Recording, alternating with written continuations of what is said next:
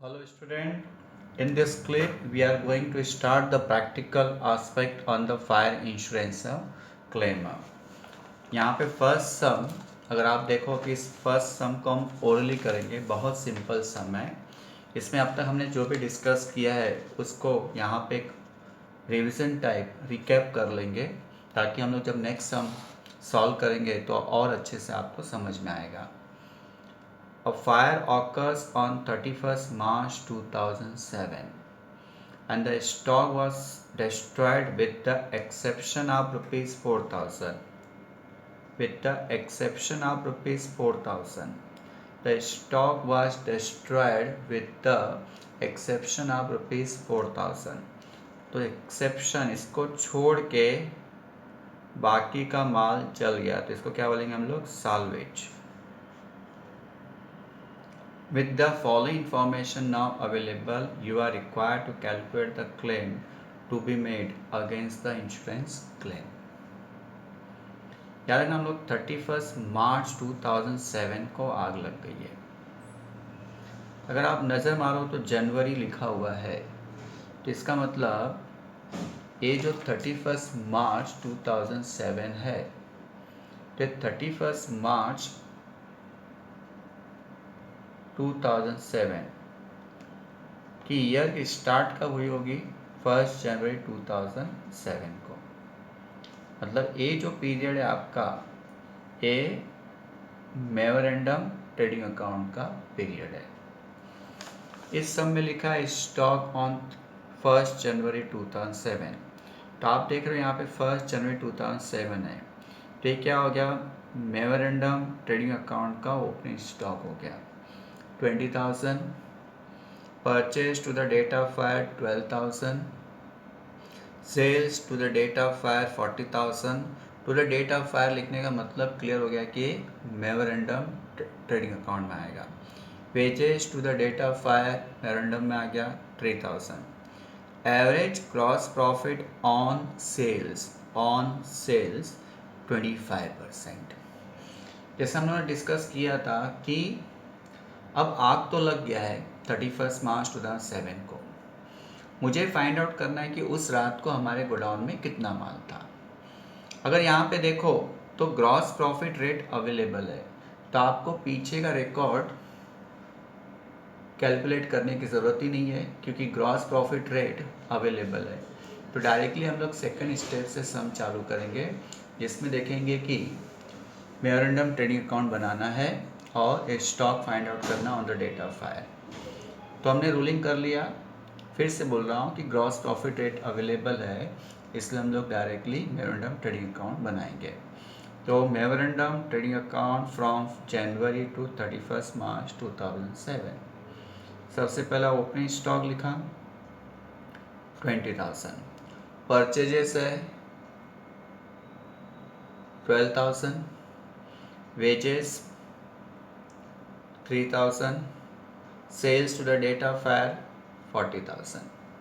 ठीक है, फिर यहाँ से मेमोरेंडम ट्रेडिंग अकाउंट में first we have to write gross profit. तो ग्रॉस प्रॉफिट बोला है 25% ऑन सेल्स। तो देखो यहाँ पे 40,000 है, तो 40,000 का 25% कितना होता है, 10,000। ये आ गया।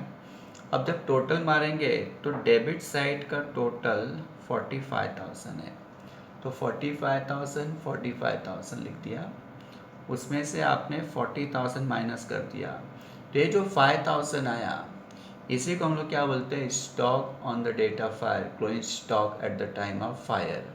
कितना है, 5,000। मतलब उस रात को हमारे गोडाउन में 5,000 का माल था। अब स्टेटमेंट ऑफ क्लेम में आ गए, उसमें लिखा stock on the date of fire 5,000, और जैसा पता है कि इस सब में साल्वेज है 4,000, तो आपको क्या करना है, stock on the date of fire 5,000 less salvage है 4,000, तो क्लेम लॉस ऑफ फायर आ गया 1,000। इसका मतलब हमको 1,000 का अमाउंट के लिए क्लेम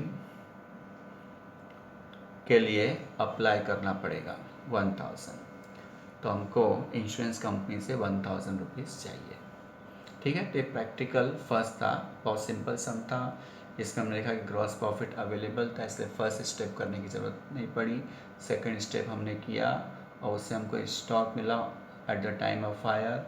उसके स्टेटमेंट ऑफ क्लेम में लिखा, साल्वेज माइनस किया तो लॉस बाय फायर मिल गया। ठीक है। तो ये आपका एक सम हमने किया। हम लोग नेक्स्ट सम पे आते हैं।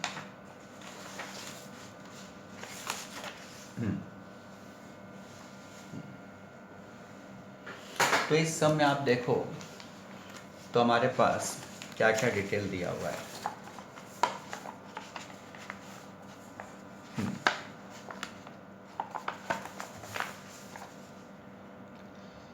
Pacific traders have taken out a policy of ₹80,000। मतलब हमने अपने गुड्स को इंश्योर्ड कर दिया है फॉर ₹80,000 कि हमारे गोडाउन में 80,000 का माल हम रख सकते हैं। उससे कम रखेंगे चलेगा, लेकिन उससे ज़्यादा हम लोग माल गोडाउन में नहीं रखेंगे। अगर उससे ज़्यादा माल अगर हम गोडाउन में रखेंगे तो क्लेम के टाइम पे हमको प्रॉब्लम हो सकता है। इंश्योरेंस कंपनी हमको क्लेम का जो पेमेंट करेगा वो प्रोपोर्शनेटली करेगा according to the policy value. तो जब भी पॉलिसी वैल्यू दिया रहेगा तो हमको याद रखना है कि क्लोजिंग स्टॉक उससे ज़्यादा नहीं होगा। अगर क्लोजिंग स्टॉक उससे ज़्यादा निकला eight the time of fire तो हमको एवरेज क्लॉज अप्लाई करना पड़ेगा। अभी एवरेज क्लॉज क्या होता है थोड़ी देर के बाद हम डिस्कस करेंगे। Covering it's stock in trade, a fire occurs on 31 March 93 को आग लग गई and stock was destroyed with the exception of ₹20,680, with the exception of ₹20,680। इसका मतलब साल्वेज कितना है 20,680। Following particulars are available from the books of the accounts of the firm। Stock on 1 January 93 और देखो आग लगा है 31 मार्च 93। तो 31 मार्च 93 का स्टार्टिंग पॉइंट है, फर्स्ट ऑफ द ईयर है 1 January 93। Date memorandum trading account का ओपनिंग स्टॉक है 30,000। Purchase to the date of fire memorandum का परचेज है 1,30,000। Sales to the date of fire memorandum का सेल्स है 90,000। Commission paid to the purchase manager on purchase 2%, on purchase 2% commission। Carriage paid on purchase is 800। Average gross profit on cost 50% है। The policy was subject to the average clause। You are required to arrive at the total loss of stock amount of claim to be made against the insurance company। पहली बात, again इसके अंदर gross profit rate available है, तो आपको first step नहीं करना है, ट्रेडिंग अकाउंट नहीं बनाना है। कहाँ से चालू करना है, मेमोरेंडम ट्रेडिंग अकाउंट से सम चालू करना है। तो जब हम लोग करते हैं, जैसा आपको पता है किस तरह से हम लोग को रूलिंग करना है।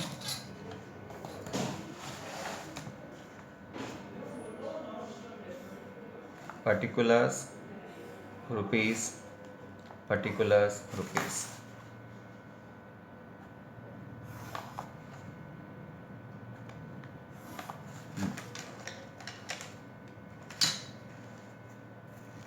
यहाँ पर ऊपर कंपनी का नाम लिखेंगे मेसर्स।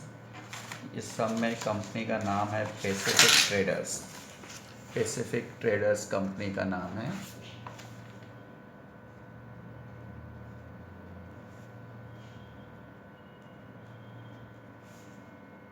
मेमोरेंडम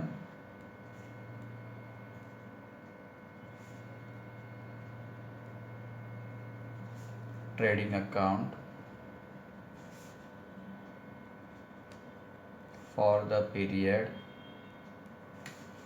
ये देखो आग लगा है आपका 31 मार्च 93 को, तो 31 मार्च 93 लिखा, स्टार्टिंग पॉइंट है 1 January 93।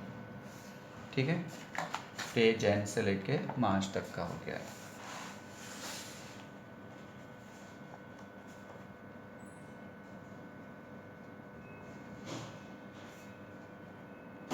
Is particulars rupees.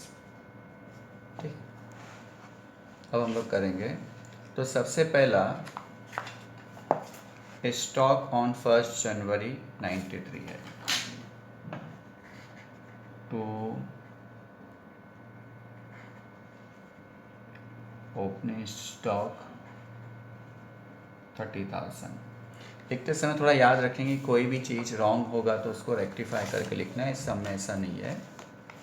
Purchase to the date of fire 1,30,000, to purchases 1,30,000, sales to the date of fire 90,000, by sales 90,000, commission paid to the purchase manager 2% on purchase, तो to commission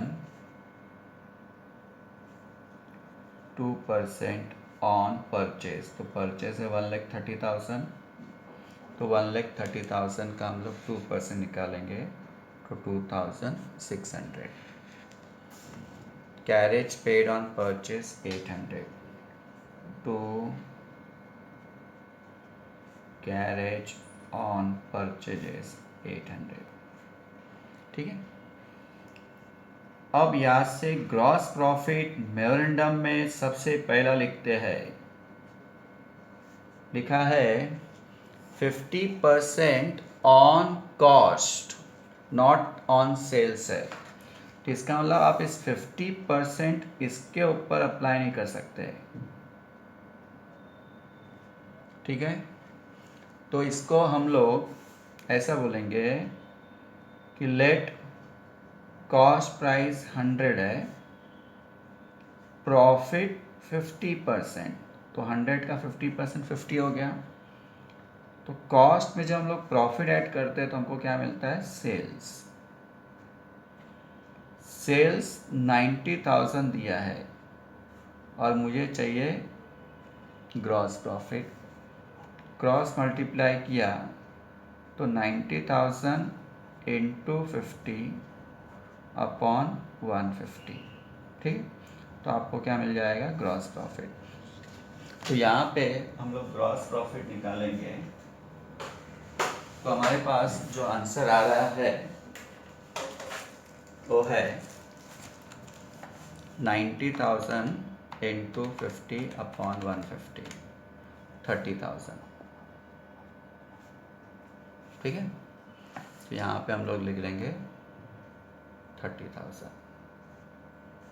अब हम लोग total मारेंगे, या in short कभी भी याद रखना कि 50% ऑन कॉस्ट बोलेंगे तो 50 और 100 में 50 ऐड करके 150 लिख देंगे, या तो ऑन सेल्स बोलेंगे तो 50 अपॉन 100 होगा, लेकिन ऑन कॉस्ट बोलेंगे तो 50 अपॉन 150।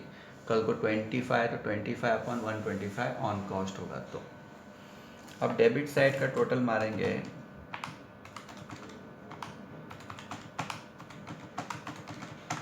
ये आ रहा है 1,93,400, 1,93,400। अब उसमें से 90,000 हमने माइनस कर दिया क्रेडिट का, तो आ गया 1,03,400।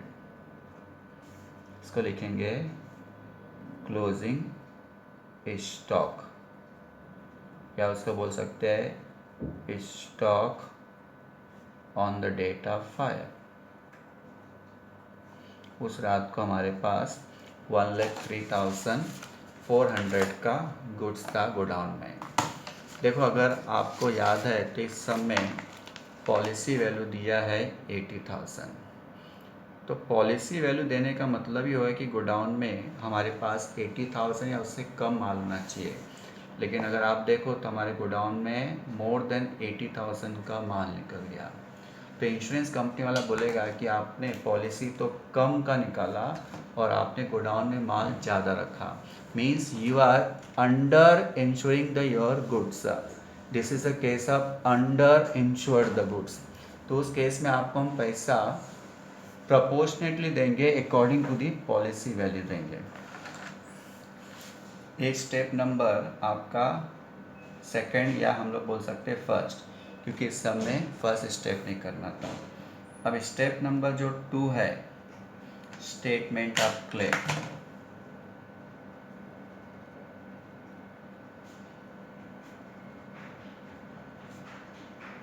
वो करेंगे यहाँ पर।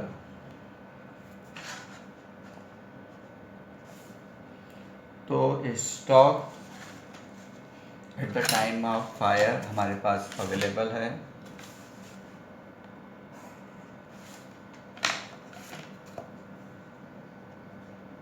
Stock on the date of fire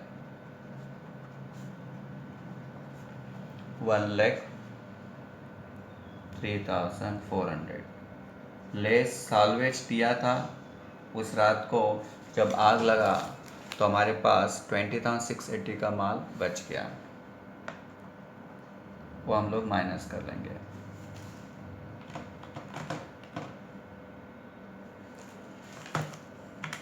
$20,680 का माल माइनस किया तो इसका मतलब 82,720, ये हो गया लॉस बाय फायर। ठीक है। अब हमको इंश्योरेंस कंपनी वाले ने बोल दिया कि सर आपने पॉलिसी निकाला हुआ है, पॉलिसी वैल्यू है 80,000 का, लेकिन आपके गोडाउन में माल निकला 1,03,400 का। Means this is the case of under insured the goods. ये सब कब सोचना है, जब आपको सब में पॉलिसी वैल्यू दिया होगा तो ऐसे केस में we have to apply the average clause. तो यहाँ पे मैं एक नोट लिख देता हूँ आपको याद रखने के लिए। Average clause will be applied in case a stock on the date of fire is more than policy value. According to average clause, claim will be policy value upon a stock on the date of fire into loss by fire. Policy value 80,000, stock on the date of fire 1,03,400 into 82,720 is a stock on the date of fire.